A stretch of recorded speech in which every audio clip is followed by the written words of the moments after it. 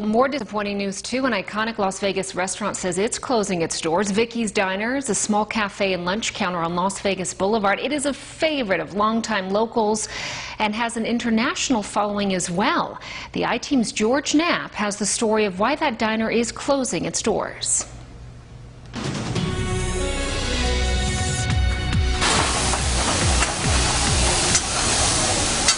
For hundreds of Las Vegas locals, many of whom live within walking distance, Vickie's Diner is sort of like their own kitchen. They stumble in at all hours in various states of sobriety and know exactly what they want because so many of them eat here every single day. Yeah, some of them it's every day. It's every day they come in and have something. Michael Hawkins has worked at the diner for 6 years, but has heard the stories passed down by generations of employees about the gambling legends, rat packers, and other notables who've chowed down over the decades. The diner's always had a 50s retro vibe, even before its most recent makeover. It's tucked into what once was the White Cross drugstore, the first 24-hour pharmacy in town, which attracted some notable customers at 3 in the morning. I've heard stories of Elvis coming in when it was the only 24-hour diner, or excuse me, 24-hour pharmacy in town, and he would come in and get his whatever he needed. And he would sit in here and have steak and eggs. Same place all the time. Same place, same stool every time. The diner's changed hands and names a few times since it opened in 1964. For decades, the doors were never locked. The place not only feels like home for its customers, but also for the staff. Yanni Kalesa spends more time in this kitchen than he does at his own house. Oh, yeah. Every day. Every day? Every day. No vacation? Every day. Every day. Yes. And what are your hours like?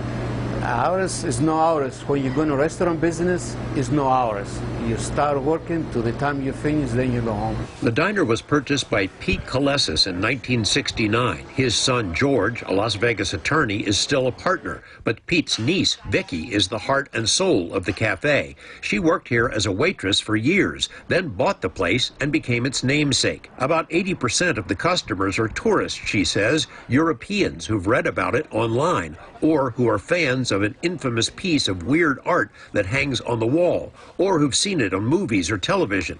But since early July, Vickie's normal optimism has been tough to spot. And now that you get the news, it must be terrible. Yes, I'll be honest with you, I cry every day because it's not the business and the experience I have here. It's my heart and my feelings. On July 1st, Vickie was informed that the diner had to go. The owner, an out-of-state developer, has plans for the property. I was shocked. And then I received a letter beginning of July and says it's a new buyer for the property and then no one is here anymore. The Kalesas family has been looking for other locations that might be suitable for the diner, but moving during a pandemic and leaving behind customers and employees is difficult to absorb. There's also the matter of a semi-feral cat named Troy, who was born on the roof of the diner and has spent his entire life up there. He's part of the family too. One way or another, Vickie vows to carry on. And everybody can follow us because when I start this, I'm not done. I'm continuing. And God tell me, continue. George Knapp, 8 News Now.